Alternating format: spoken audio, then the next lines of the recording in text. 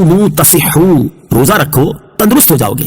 شهر رمضان الذي أنزل فيه القرآن هدى للناس وبينات من الهدى والفرقان فمن شهد منكم الشهر فليصمه ومن كان مريضا أو على سفر فعدة من أيام أخر يريد الله بكم اليسر ولا يريد بكم العسر ولتكملوا العدة ولتكبروا الله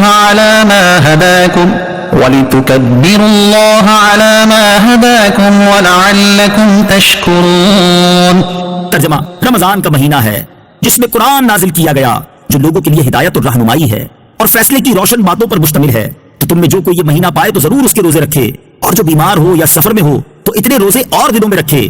اللہ تم پر آسانی چاہتا ہے اور تم پر دشواری نہیں چاہتا، اور یہ آسانیاں اس لیے ہیں تاکہ تم روزوں کی تعداد پوری کر لو، اور تاکہ تم اس بات پر اللہ کی بڑائی بیان کرو کہ اس نے تمہیں ہدایت دی، اور تاکہ تم شکر گزار بن جاؤ۔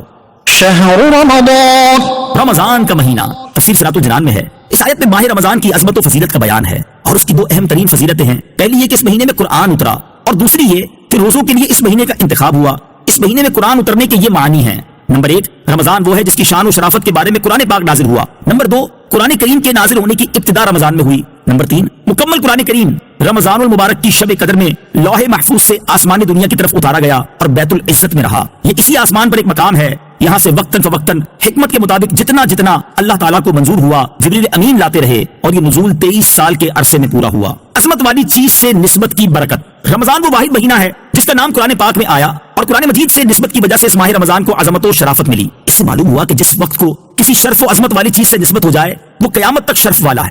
اس لیے جس دن اور گھڑی کو حضور پر نور صلی اللہ تعالی علیہ وسلم کی ولادت اور معراج سے نسبت ہے وہ عظمت و شرافت والے ہو گئے، جیسے حضرت آدم علیہ السلام کی روز جمعہ پیدائش پر جمعے کا دن عظمت والا ہو گیا۔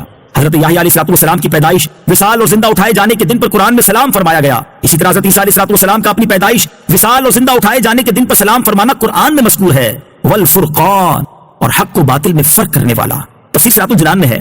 زیر تفسیر آیت میں قرآن مجید کی 3 شانیں بیان ہوئی۔ نمبر 1، قرآن ہدایت ہے۔ نمبر 2، روشن نشانیوں پر مشتمل ہے، اور نمبر 3، حق و باطل میں فرق کرنے والا ہے۔ قرآن شریف کے 23 نام ہیں، اور یہاں قرآن مجید کا دوسرا مشہور نام فرقان ذکر کیا گیا ہے۔ یرید اللہ بکم اليسر، اللہ تم پر آسانی چاہتا ہے۔ تفسیر صراط الجنان میں ہے، اللہ تعالیٰ نے اپنی عبادت ہم پر فرض فرمائی، لیکن اپنی رحمت سے ہم پر تنگی نہیں کی، بلکہ آسانی فرماتے ہوئے متبادل بھی عطا فرما دیے۔ روزہ فرض کیا، لیکن رکھنے کی طاقت نہ ہو تو بعد میں رکھنے کی اجازت دے دی۔ بعض صورتوں میں فدیے کی اجازت دے دی۔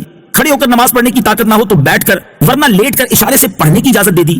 1 مہینے روزے کا حکم فرمایا تو 11 مہینے دن میں کھانے کی اجازت دے دی، اور رمضان میں بھی راتوں کو کھانے کی اجازت دی، بلکہ سحری اور افطاری کے کھانے پر ثواب کا وعدہ فرمایا۔ گنتی کے چند جانوروں کا گوشت حرام قرار دیا تو ہزاروں جانوروں پرندوں کا گوشت حلال فرما دیا۔ کاروبار کے چند ایک طریقوں سے منع کیا تو ہزاروں طریقوں کی اجازت بھی عطا فرما دی۔ مرد کو ریشمی کپڑے سے منع کیا تو 20 قسم کے کپڑے پہننے کی اجازت دے دی۔ الغرض یوں غور کریں تو آیت کا معنی روزے روشن کی طرح ظاہر ہو جاتا ہے کہ اللہ تعالیٰ ہم پر آسانی چاہتا ہے اور وہ ہم پر تنگی نہیں چاہتا۔ وَلِتُكْمِلُوا الْعِدَّةَ، اور تاکہ تم گنتی پوری کرو۔ تفسیر صراط الجنان میں ہے، گنتی پوری کرنے سے مراد رمضان کے 29 یا 30 دن پورے کرنا ہے، اور تکبیر کہنے سے مراد یہ ہے کہ اللہ تعالیٰ نے تمہیں اپنے دین کے طریقے سکھائے تو تم اس پر اللہ تعالیٰ کی بڑائی بیان کرو اور ان چیزوں پر اللہ تعالیٰ کا شکر ادا کرو۔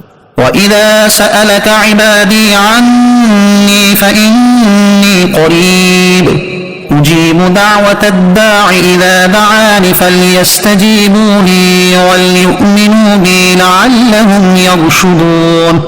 ترجمہ: ارے حبیب، جب تم سے میرے بندے میرے بارے میں سوال کریں تو بے شک میں نزدیک ہوں، میں دعا کرنے والے کی دعا قبول کرتا ہوں۔ جب وہ مجھ سے دعا کرے تو انہیں چاہیے کہ میرا حکم مانیں اور مجھ پر ایمان لائیں تاکہ ہدایت پائیں۔ وَإِذَا سَأَلَكَ عِبَادِي عَنِّي، ارے حبیب، جب تم سے میرے بندے میرے بارے میں سوال کریں۔ تفسیر صراط الجنان میں ہے، اس آیت میں طالبان حق کی طلب مولا کا بیان ہے، جنہوں نے عشق الہی میں اپنی خواہشات کو قربان کر دیا، وہ اسی کے طلبگار ہیں۔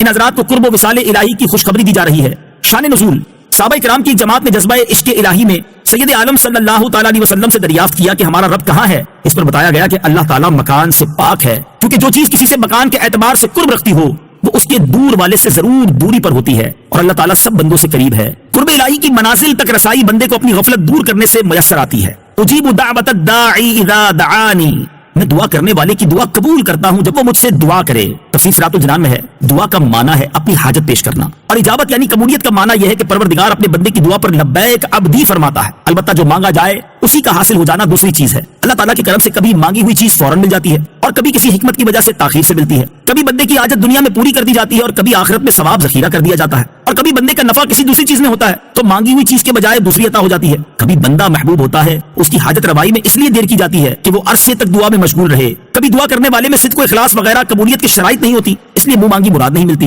اسی لیے اللہ تعالیٰ کے نیک اور مقبول بندوں سے دعا کرائی جاتی ہے کہ ان کی دعا کے صدقے گناہ گاروں کی بگڑی بھی سنور جائے۔ دعا کے بارے میں تفصیل جاننے کے لیے فیضان دعا کتاب کا مطالعہ فرمائیں۔